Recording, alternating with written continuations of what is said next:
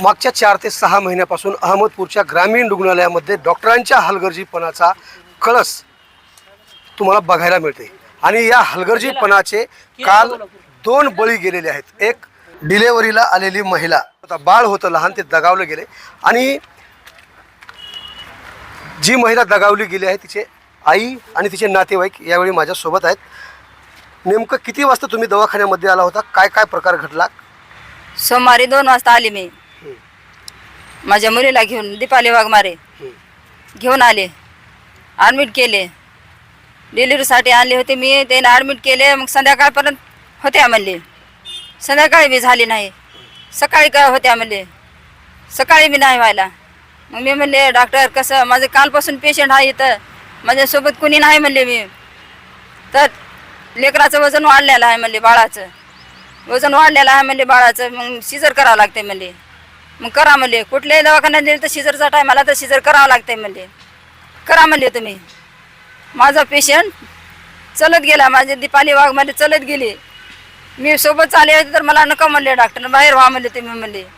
मध्ये गेले, ड्रेस घातला लेकराला, माझ्या ड्रेस घातला, मध्ये काय झाले की काय नाही की डॉक्टर आले, सही घेतले माझे, मला वाटलं आता सिजरसाठी घ्यालेत सही घेतले, गाडी बोलवले त्याने, माझ्या अगोदर त्याने केले सगळे चौकशी, गाडी बोलवले, तुम्हाला या गाडीमध्ये जायचे बघा म्हणजे तुमचा पेशंट घेऊन।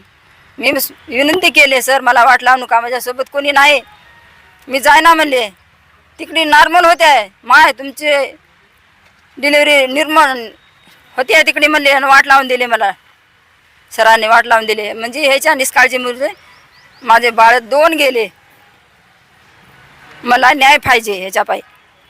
त्यावेळेस तुम्हाला तिच्याशी बोलू दिलं नव्हतं का? मध्ये प्रवेश तुम्हाला दिला नव्हता? नव्हता, मला बोलू द्यायला नव्हतं, बोलू द्यायला नव्हतं, तिला एकटीला धरून सिस्टरने घेऊन गेल्या, चलत गेला माझा पेशंट, मला मध्ये येऊ दिलं नाही तर येऊ नका म्हणले, मला 2 तर गोष्टी बोलू द्या म्हणजे मला बोलू दिले नाही त्याने।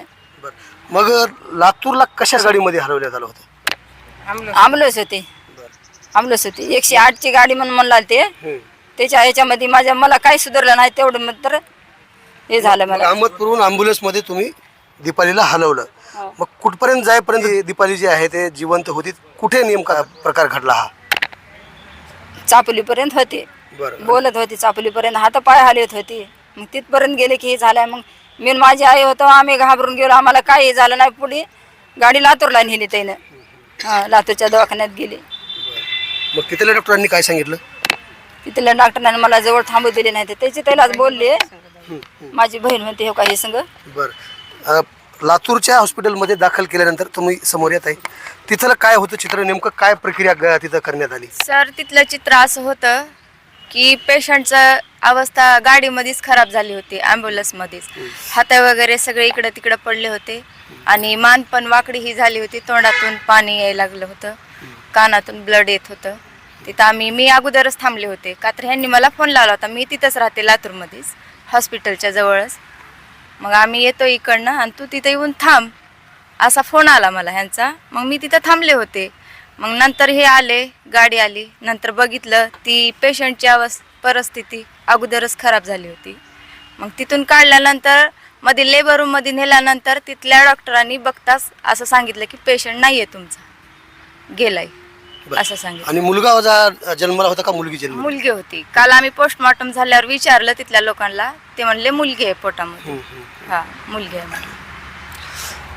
एकूणच परिस्थिती जर बघितली तर अहमदपूरच्या ग्रामीण रुग्णालयामध्ये सुरू असलेला हा प्रकार पहिला नसून मागच्या अनेक दिवसापासून असे प्रकार घडत आहेत आणि या प्रकाराला अहमदपूर तालुक्यातील नागरिकांनी अत्यंत संताप व्यक्त केलेला आहे। संतापाची लाट तालुकाभरामध्ये उसळलेली आहे। धानोरा गावचे लोकप्रतिनिधी असलेले त्या ग्रामपंचायतीचे सदस्य माझ्यासोबत संतोषजी गायकवाड आहेत। काय भूमिका घेतली आता तुम्ही, नेमकं काय मागणी करायचं आहे? एकंदरीत हा जो प्रकार घडलेला आहे तो केवळ आणि केवळ इथल्या डॉक्टरांच्या हलगर्जीपणामुळे घडलेला आहे, म्हणून या वाघमारे परिवारांना न्याय मिळाला पाहिजे। एकंदरीत जे कोणी डॉक्टर असतील त्यांच्यावरती योग्य ती कारवाई झाली पाहिजे। योग्य ती कार्यवाही म्हणजे कशी, काय सांगता येते का तुम्हाला? जे कोणी दोषी असतील कायद्याने त्यांच्यावरती कारवाई केली पाहिजे। नुसती कारवाई नाही तर जे दोषी डॉक्टर आहेत त्यांच्यावरती 2 निष्पाप मनुष्यवधाचा गुन्हा दाखल झाला पाहिजे अशी इथल्या नागरिकांची मागणी होत आहे. खऱ्या अर्थानं ते सांगत नाहीत, मात्र ही मागणी तुमची आहे, बरोबर? तुम्ही पती आहेत, कोण आहेत तुम्ही? या तुम्ही समोर या. तुम्ही कुठे होतात? ही घटना घडली, दीपालीला दवाखान्यात आणण्यात आलं होतं, नेमकं तुम्ही त्यावेळेस कुठे होतात? मी बागलकोटमध्ये होतो. बरं. डिलिव्हरी हॉस्पिटलमध्ये आणल्यामुळे मी येत होतो गावाकडे. त्याने बद्दल टायमच दिला डिलिव्हरीचा, 6 वाजेपर्यंत होईल, 9 वाजेपर्यंत होईल म्हणून. मग ते रात्र गेली, झालंच नाही. सकाळी 9 वाजता म्हणजे की फक्त त्याने नॉर्मलचा दिली, डिलिव्हरी नॉर्मल होईल म्हणून दिला रिपोर्ट सगळा. नंतर 9च्या नंतर म्हणजे इथं सिजर करण्यात येईल म्हणले, जिकडे मोठा आहे म्हणजे त्याच्यामुळे सिजर करावं लागेल म्हणले त्यांनी. मग रक्त चेक करायला नेलं, रक्त टेस्ट करण्यासाठी.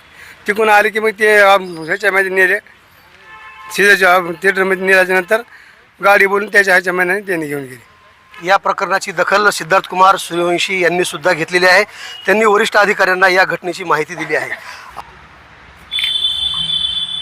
सगळ्या मॉबसह या सगळ्या लोकांसह आपण आता पोलीस स्टेशनच्या आवारामध्ये आहात. नेमका काय प्रकार घडलेला आहे आणि कशाच्या संदर्भात आपण इथे उपस्थित आहे?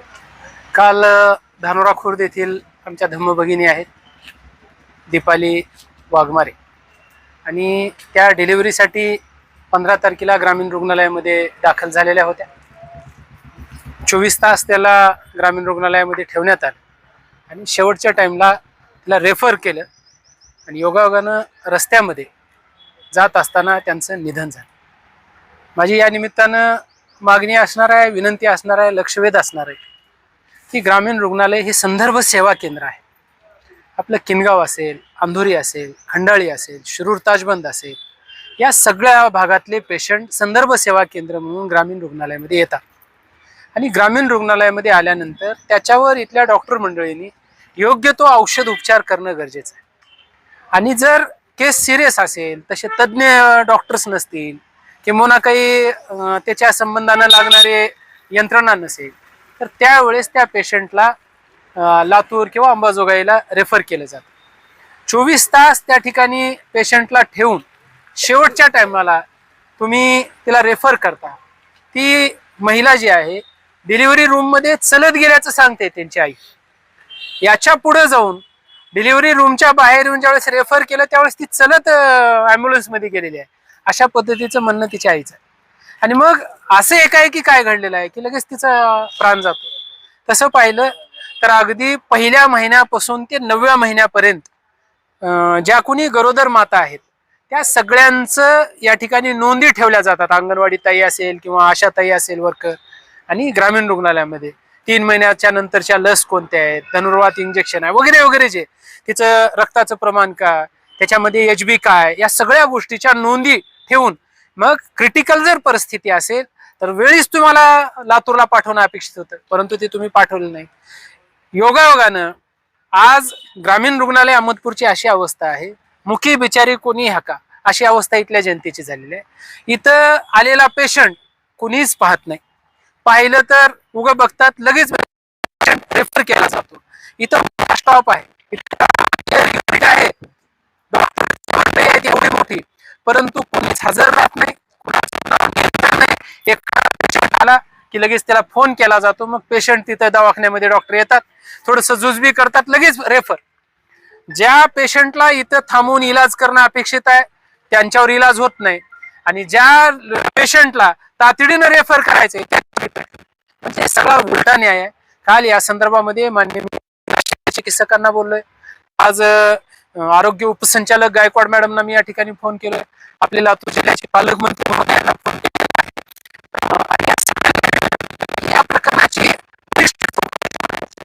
आज कुटुंबातली माणसं आहे. एखादी महिला बाळपणामध्ये पहिली डिलिव्हरी आहे त्याच्यामध्ये मरते, जबाबदार कोण आहे? जबाबदारी निश्चित झाली पाहिजे. म्हणून माझी शासनाला, यंत्रणेला, सगळ्याला विनंती आहे की ग्रामीण रुग्णालय हे गोरगरीब सर्वसामान्यांच्या सेवेसाठी आहे, त्यांना आरोग्याच्या सुविधा देण्यासाठी आहे. परंतु दुर्दैवानं लाखो करोडो रुपये शासन याच्यावर खर्च करते, परंतु सेवा मिळत नाही. आणि म्हणून यांच्यावर मागच्याही काळामध्ये आम्ही आंदोलन करून शासनाचं लक्ष वेधण्याचा प्रयत्न केलेला आहे. भविष्यात सुद्धा याच्यापेक्षा अधिक गतीनं मोठं तीव्र आंदोलन आमचं या आरोग्याच्या संबंधानं, विशेषतः ग्रामीण रुग्णालय अहमदपूरच्या जे सेवा आहेत त्याच्या संबंधानं आमचं आंदोलन राहणार आहे. आणि या महिलेला न्याय जोपर्यंत मिळणार नाही तोपर्यंत हे आंदोलन आम्ही चालू ठेवा या मानसिकतेतला मी. आज आता आम्ही परत ग्रामीण रुग्णालयामध्ये आम्ही अर्ज देणार आहोत की या सगळ्या प्रकरणाची चौकशी करा आणि दोषी जे आढळतील त्यांच्यावर कारवाई करा. आता PI सरांशी आमचं बोलणं झालंय, त्यांनी म्हणले ED दाखल आहे. या संदर्भामध्ये ते DDला आणि CS सरांना पत्र देणार आहेत की आपण या संदर्भात चौकशी करा आणि आम्हाला अहवाल द्या. त्या अहवालामध्ये जर कुणीही दोषी आढळलं तर त्याच्यावर आम्ही कडक कारवाई करू, अशा पद्धतीचं आश्वासन आमच्या PI सरांनी सुद्धा दिले. आणि म्हणून आज अंत्यविधी झालेली आहे, त्या मायलेकीची अंत्यविधी झालेली आहे. परंतु भविष्यामध्ये असे कटू प्रसंग या अहमदपूर शहरामध्ये, अहमदपूर तालुक्यामध्ये घडणार नाहीत, यासाठी सगळ्या सजग कार्यकर्त्यांनी, समाज बांधवांनी एकत्र येऊन या संबंधाने लढा देणं गरजेचं आहे. तरच अशा प्रकारचे जे घटना आहेत, अप्रिय घटना आहेत, ते टाळू शकतील असं माझं मत. नेमकी कोणती कार्यवाही केली पाहिजे त्यांच्यावरती, दोषी डॉक्टरांवरती? सर, प्रचलित कायद्याप्रमाणे जे जे काही त्यांच्यावर करता येईल त्या पद्धतीने कार्यवाही करावं. गंभीर गुन्हे असेल गुन्हा तर पोलीस गुन्हा सुद्धा या ठिकाणी दाखल झाला पाहिजे. आपल्या ग्रामीण रुग्णालयामध्ये प्रसूतीसाठी सदरील माता जेव्हा प्रसूतीसाठी उपचारासाठी ॲडमिट करून घेण्यात आल्यानंतर आपण त्यांची तपासणी केली, तेव्हा आपण सदरील प्रसूती नैसर्गिकरित्या नॉर्मल व्हावी ह्या पद्धतीनं आपण त्याच्यासाठी प्रयत्न केला होता आणि ऑब्झर्वेशन केलेलं आहे. परंतु काल सकाळी तिची जी प्रसूती होण्यासाठी जी वाट मोकळी होणे किंवा ह्या ज्या गोष्टी असतात वैद्यकीय भाषेमध्ये प्रोग्रेस आपण जे म्हणतो, तो प्रोग्रेस त्या प्रमाणात झालेला नव्हता. म्हणून आमच्या येथील स्त्रीरोग तज्ज्ञ यांनी सदरील प्रसूती ही शस्त्रक्रियेद्वारे करण्यासाठी, सिझेरियन सेक्शनद्वारे करण्यासाठी निर्णय घेतला. त्यामुळं सिझेरियन सेक्शनसाठी निर्णय घेतल्यानंतर पेशंटची तपासणी करण्यात आली आणि सदरील रुग्ण ऑपरेशन थिएटरमध्ये घेण्यात आला. ही वस्तुस्थिती. जेव्हा आपण एखादा रुग्ण प्रसूतीसाठी ऑपरेशन टेबलवर घेतो त्यावेळेला सर्वप्रथम आपण त्यांना भूल देतो. सदरील महिलेंना आपण जेव्हा आमचे भूलतज्ञ, सिनियर भूलतज्ञ होते, त्यांनी भूल देण्याचा प्रयत्न केल्यानंतर जेव्हा निडल त्यांना टोचली आपण स्पायनल अनास्थेसिया देण्यासाठी, तेव्हा पेशंटला सडन इरिटेट झाला आणि कन्व्हल्जन टाईप म्हणजे झटका आल्यासारखा झाला. त्यामुळं पूर्ण आपण भूल दिलेली नाही आणि शस्त्रक्रिया म्हणजे भूल आली नसल्यामुळं पुढे आपण सदरील मातेवर जे सिझेरियन सेक्शन जे करायचं होतं ते थांबवण्यात आलं.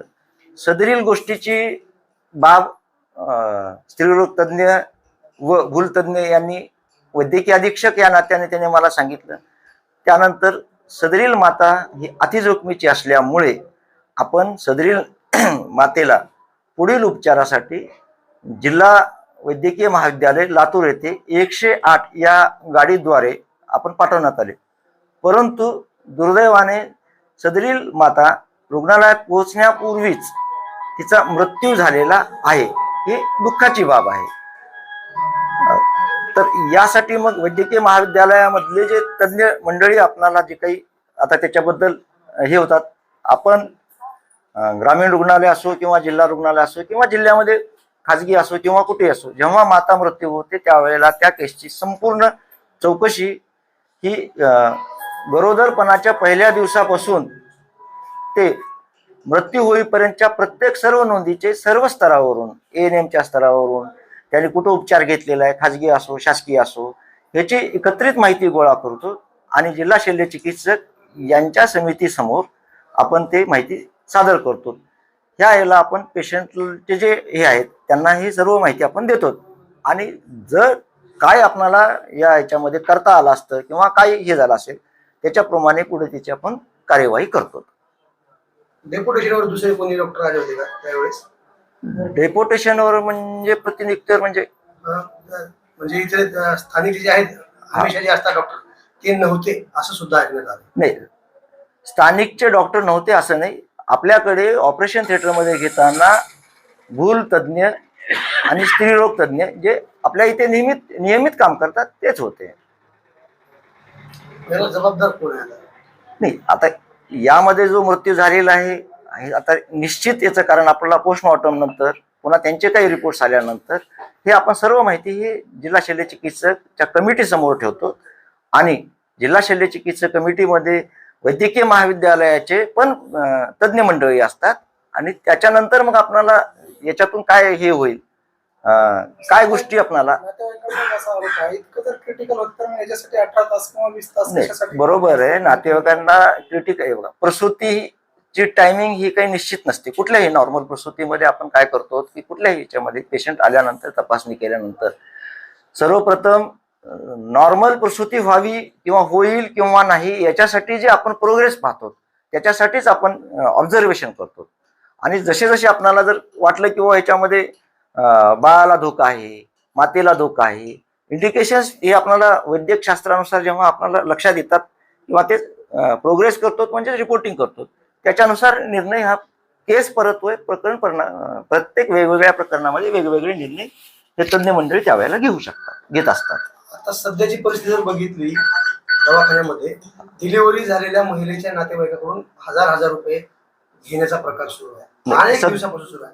आणि आपण तर अधीक्षक आहेत नाही आपण या गोष्टीपासून एवढे कसं काय नाही हे बघा, या रुग्णालयामधून मधले कर्मचारी किंवा कुणीही 1 रुपयाची सुद्धा, कारण आपण गरोदरपणापासून ते डिलिव्हरी होऊन बाळाला सुद्धा 1 वर्ष बाळ होईपर्यंत पिकअप आणि त्यांना ह्याच्या सर्व सेवा आपण मोफत देतो. या रुग्णालयात कुणीही पैशाची जर मागणी करत असेल तर त्याच्यावर बिलकुल आपण योग्य ती कार्यवाही करू. तुम्ही मला पण हे द्या, कुणी कुठल्या केसला जर एखाद्या वेळेस माहिती असेल तर सांगा, आपण त्याच्यावर चर्चा केलं. समजा आमच्याकडे जे माहिती दिली आहे किंवा तिने स्वतःहून जे आमच्याकडे सांगितलं तिने असं सांगितलं की डॉक्टरला ह्याबाबत काही सांगू नका आणि 1000 रुपये द्यावाच लागतील, आम्ही एवढी घाण साफ करतो. नाही, असं आमच्या रुग्णालयातले कुठलेही कर्मचारी असे म्हणत नाहीत. आणि हो बरोबर आहे, जनतेला जर समजा एखाद्या वेळेला कुणी म्हणलं असेल किंवा तसं काही जर हे घेत असेल, आमच्या नावावर कोणी म्हणत असेल, गैरफायदा घेत असतील आणि मागत असतील तर त्याच्यावर आपण योग्य ती कार्यवाही आपण करू. आपणही या माध्यमातून आपल्यालाही मी विनंती करतो की सदरील बाब ही माझ्या निदर्शनास तुम्ही आणून द्या, कारण त्यामुळे आपल्याला वेळीच हे त्याच्या विरुद्ध आपल्याला कार्यवाही करता येईल. डायलिसिसच्या रुग्णावर या रुग्णालयात सध्या उपचार होत नाही, प्रस्तावित आहे 10-15 दिवसात किंवा एखाद्या महिन्यामध्ये आपल्याकडे डायलिसिस होणार आहे. मी आपल्याला अशी विनंती करतोय की सध्या आपण यांच्या जे मृत झाले यांच्या कुटुंबियाशी आपण सहमत आहोत, त्यामुळे इतर विषयावर आपण इतर वेळी आणखी आपल्याला आवश्यक असेल त्याप्रमाणे चर्चा करू. नातेवाईकाच्या आलेल्या तक्रारीवरून आपण संबंधित अधिकाऱ्यांना काय कारवाई करणार? नातेवाईकाची तक्रार आता माझ्याकडे जी आपण दाखल करत आहात व जी आलेली आहे याच्यावर योग्य ती कार्यवाही निश्चित ही केली जाईल आणि याची माहिती आपणास सुद्धा देण्यात येईल. माननीय जिल्हा शल्य चिकित्सक यांच्या अध्यक्षतेखाली चौकशी समिती असते, त्या चौकशी समितीमध्ये सर्व ते बाजूने हे करतात, त्यांच्या अहवालानुसार योग्य ती कार्यवाही करण्यात येईल.